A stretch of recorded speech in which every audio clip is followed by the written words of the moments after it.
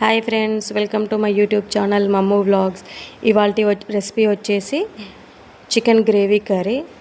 ముందుగా half KG చికెన్లోకి half spoon పసుపు, ఒక స్పూన్ కల్లుప్పు, ఒక చిన్న నిమ్మకాయ జ్యూస్ వేసుకోవాలి. నేను చికెన్ని ఉప్పు నీళ్ళలో కడిగి తీసి పెట్టేసుకున్నాను.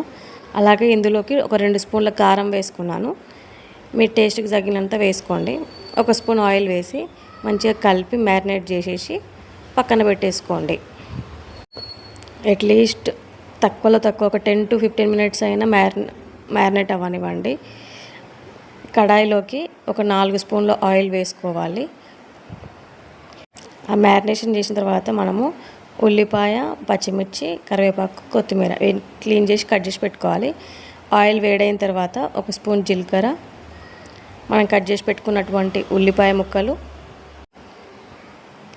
వేసి మంచిగా కలుపుకొని ఒక 5-6 లవంగాలు,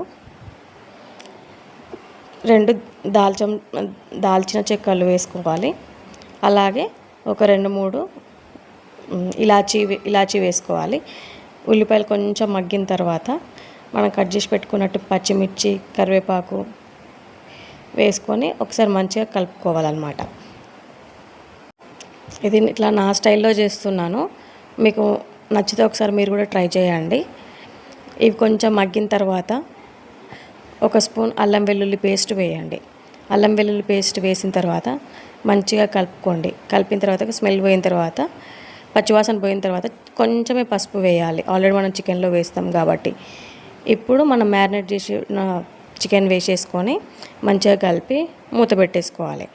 నేను ఫస్ట్ అయితే సిమ్లోనే పెట్టాను. ఒక 5 మినిట్స్ సిమ్లో పెట్టిన తర్వాత మంచిగా కలుపుకోవాలన్నమాట. కలిపిన తర్వాత మళ్ళీ మూత పెట్టేసి కొంచెం ఫ్లేమ్ హైలో పెట్టేసి ఇప్పుడు ఒక 5 మినిట్స్ వదిలేసేయాలి. చికెన్ నుండి వాటర్ని సపరేట్ అవుతాయి అన్నమాట.